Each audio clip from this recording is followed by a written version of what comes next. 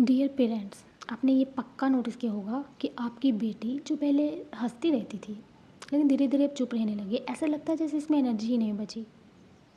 इसके बाल बहुत झड़ रहे हैं, इसका वेट गेन हो रहा है, ये बहुत अजीब दिखने लगी है। अब बहुत ही चिड़चिड़ी हो गई है, बहाने बहुत बनाती है, आलसी हो गई है, सोती ही रहती है, फ़ोन ही चलाती रहती है। You must have notice that. And आपने उसको समझने की बजाय, उसके साथ बात करने की बजाय आपका उसके लिए रिस्पॉन्स क्या रहता है? थोड़ा बाहर निकल, थोड़ा एक्सरसाइज कर, थोड़ा मेकअप कर, थोड़ा खुद के ऊपर ध्यान दे। और अगर वो बोल दे कि she is not feeling good, अरे इतनी सी उम्र में तुमको क्या हो गया? इतनी सी उम्र में कौन सा डिप्रेशन, कौन सी एंग्जाइटी? अभी तो कुछ ज़िंदगी में देखा ही क्या है। नमस्ते, मैं हूँ ऋतु और आज की यह वीडियो सिर्फ लड़कियों के लिए नहीं है। ये हर उस मदर, फादर, हर उस भाई, हर उस इंसान के लिए है जो किसी ऐसी लड़की को जानता है जो साइलेंटली इन सारी चीज़ों से स्ट्रगल कर रही है। आज मैं पीसीएस के बारे में बात करूँगी, लेकिन मेडिकल लैंग्वेज से नहीं। आज मैं बात करने वाली हूँ उन पेरेंट्स से जिनकी बेटी साइलेंटली इन सारी चीज़ों से स्ट्रगल कर रही है, लेकिन उसको कोई समझने वाला नहीं है।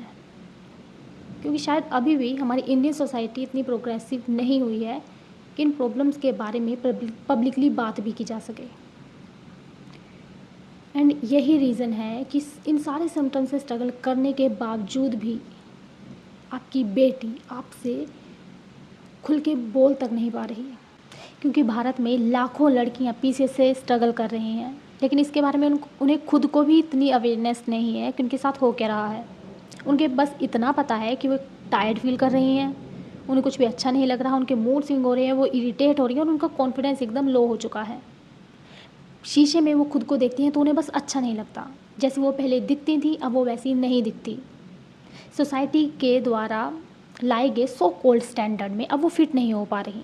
इंडियन हाउसेज में एक चीज़ बहुत कॉमन है, जब भी कोई लड़की अचानक बदलने लगती है, उसके बिहेवियर में चेंजेस आने लगते हैं, तो उसका अपना ही परिवार उसके बिहेवियर से उसको जज करता है, उसकी हेल्थ को लेके नहीं। पहले तो ऐसी नहीं थी, हर समय चिड़चिड़ी क्यों रहती है, 24 घंटे इसको फ़ोन चलाना है, इतनी आलसी हो गई है, हर चीज़ पे मना करती है, बहाने बनाती है, हर समय सोती रहती है। लेकिन ये कोई नहीं समझ पाता कि उसका फ़ोन प्रॉब्लम नहीं है, उसका चिड़चिड़ापन प्रॉब्लम नहीं है। एक्चुअल में उसकी बॉडी अंदर से स्ट्रगल कर रही है। और पीसीएस वाली मुझ जैसी बहुत सारी लड़कियां बिना कुछ बोले रोज़ एक इनविजिबल एग्जॉशन लेकर घूम रही हैं। एंड सबसे डेंजरस चीज़ इसमें है कि बाहर से सब कुछ नॉर्मल दिखता है, ब्लड रिपोर्ट्स भी हो सकता है कि उसके नॉर्मल आ जाए, लेकिन वो लड़की मेंटली और फिज़िकली पूरी तरह टूट चुकी है। खुद को देखकर शीशे में अब उसे वो कॉन्फिडेंस फील नहीं होता, उसकी एनर्जी एकदम लो हो चुकी है। वो खुद भी अवेयर नहीं है कि उसके साथ एक्चुअल में हो क्या रहा है, ना उसकी बात कोई सुनने वाला है, क्योंकि इसके बारे में एक्चुअल में कोई बात नहीं कर रहा है, इन चीज़ों को कोई सीरियसली नहीं ले रहा। कई पेरेंट्स को लगता है कि इतनी छोटी उम्र में इस घर में इसको किस बात का स्ट्रेस है, लेकिन साइंस भी ये कहती है कि हार्मोनल इम्बैलेंस सिर्फ पीरियड्स का मिस होना ही नहीं है, ये आपकी एनर्जी, आपका मूड, आपकी स्लीप, आपकी क्रेविंग और आपका सेल्फ कॉन्फिडेंस सब कुछ धीरे धीरे ख़त्म कर देता है। और इन सब प्रॉब्लम्स के चलते ना कई लड़कियां 8 से 9 घंटे सोती हैं, फिर भी सुबह उनको ऐसे लगता है जैसे उनकी बॉडी में एनर्जी ही नहीं बची। वो बिस्तर से उठना चाहती हैं, काम करना चाहती हैं, पर उनका शरीर उनका साथ नहीं देता। और ऊपर से जब उन्हें ये सुनने को मिलता है कि तुम बस बहाने बना रही हो, तो वो चिड़चिड़ा भी नहीं हो पाती, वो बस अंदर से रो पड़ती हैं। उन्हें नहीं पता कि इन इमोशंस का क्या करना है। अब खुद इमेजिन करिए, एक घर है जहाँ सब हंस रहे हैं, बातें कर रहे हैं, और वो लड़की बस एक कोने में चुपचाप बैठी है। सबको लगता है शायद इसमें एटीट्यूड बहुत आ गया है, वो फैमिली से दूर हो रही है, पर सच ये है वो एटीट्यूड नहीं दिखा रही, वो सिर्फ थक चुकी है, खुद को नॉर्मल दिखाने की कोशिश करते करते वो थक चुकी है।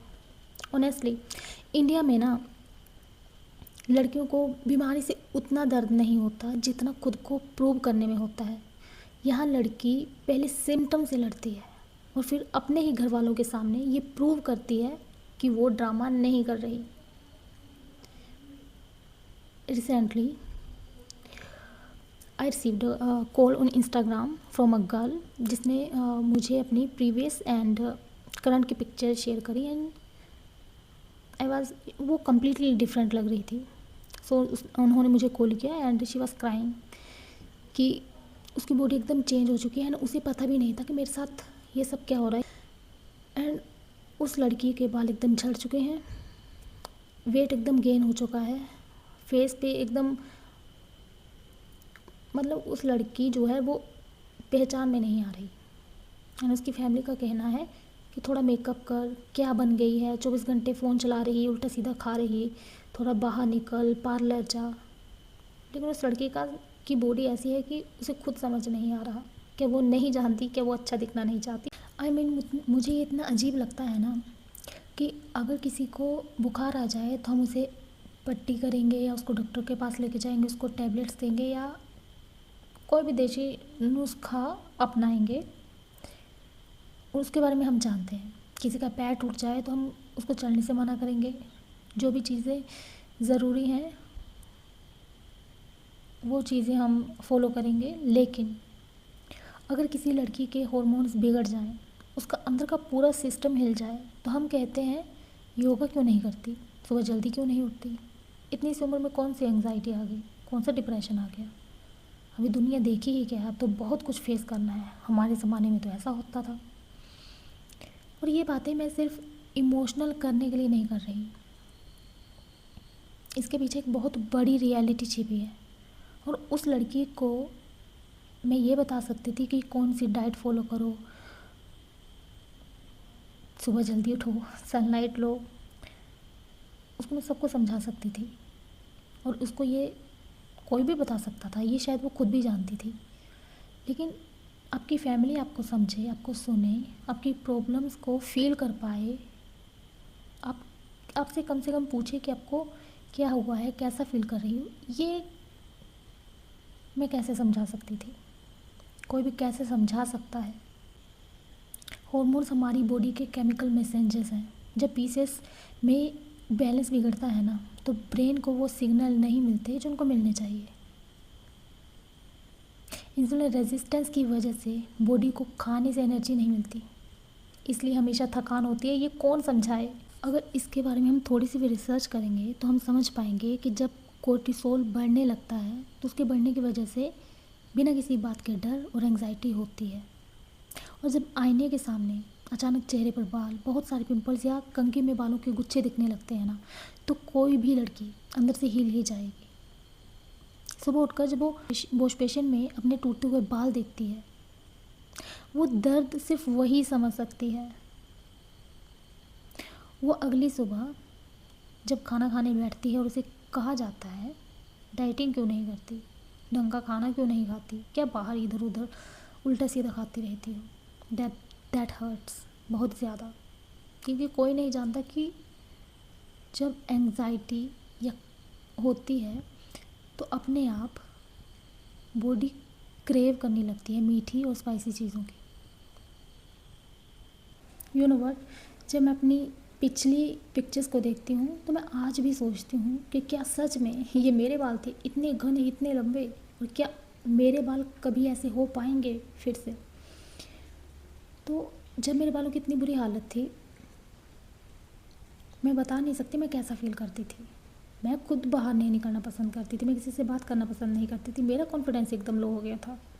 मैं ट्रैवल नहीं करना चाहती थी। अगर कोई मेरी तरफ देखता था तो मुझे बहुत अजीब लगता था। मुझे लगता था मैं अपना फेस ढक लूँ, मैं खुद को छिपा लूँ, मुझे कोई पहचाने ना, मेरे क्लासमेट्स मुझे ना मिले। I can't tell you that feeling. मैं आज ये वीडियो कोई भी जानकारी देने के लिए नहीं बना रही। ये सारी जानकारी आपको कहीं भी मिल जाएंगी, इसकी दवाइयाँ आपको कहीं भी मिल जाएंगी। आज अगर आपकी बेटी, आपकी बहन या आपकी वाइफ में ये चिड़चिड़ापन दिख रहा है तो प्लीज़ एक बार उसके पास तो बैठिए। ताने मारने की जगह बस इतना पूछिए, तुम ठीक हो, कोई तकलीफ़ है क्या। यकीन मानिए उसे किसी महंगी दवाई की उतनी ज़रूरत नहीं है जितनी इस बात की है कि उसका परिवार उसे समझे। जब घर से सपोर्ट मिलता है ना तो आधी बीमारी वहीं ठीक हो जाती है। और पीसीएस कोई करैक्टर फ्लो नहीं है, ये आलस नहीं है, ये अटेंशन सीकिंग नहीं है। ये एक रियल मेडिकल कंडीशन है जिसके लिए जजमेंट की नहीं, सिर्फ समझदारी की ज़रूरत है। इसलिए प्लीज़ अगर आप एक पेरेंट हैं तो अपनी बेटी को सिर्फ दुनिया के लिए स्ट्रॉन्ग मत बनाइए। उसे अपने घर में इमोशनली सेफ फील कराइए, क्योंकि बाहर की दुनिया में लड़ने से पहले हर लड़की चाहती है कि उसका परिवार उस पर भरोसा करे। मैं हूँ रितु और यह है बीट पीसीएस विद रितु। पर मेरा मकसद यहाँ पे कोई दवाइयाँ बताना नहीं है, ना कोई डाइट शेयर करना है, क्योंकि इससे रिलेटेड आपको बहुत सारी वीडियोस मिल जाएंगी। मेरा मकसद है बस एक ऐसा स्पेस बनाना जहाँ आपको ये महसूस हो कि आप अकेली नहीं हो। मैं भी उस प्रॉब्लम से स्ट्रगल कर चुकी हूँ and I know how it feels. And अगर आपको ये वीडियो पसंद आई हो तो चैनल को लाइक, शेयर एंड सब्सक्राइब ज़रूर करना। And always remember you are not alone, we are all together in this journey of beating PCS together. So let's beat PCS together. Take care of yourself and your hormones. And remember, you are not alone. Thank you. Bye bye.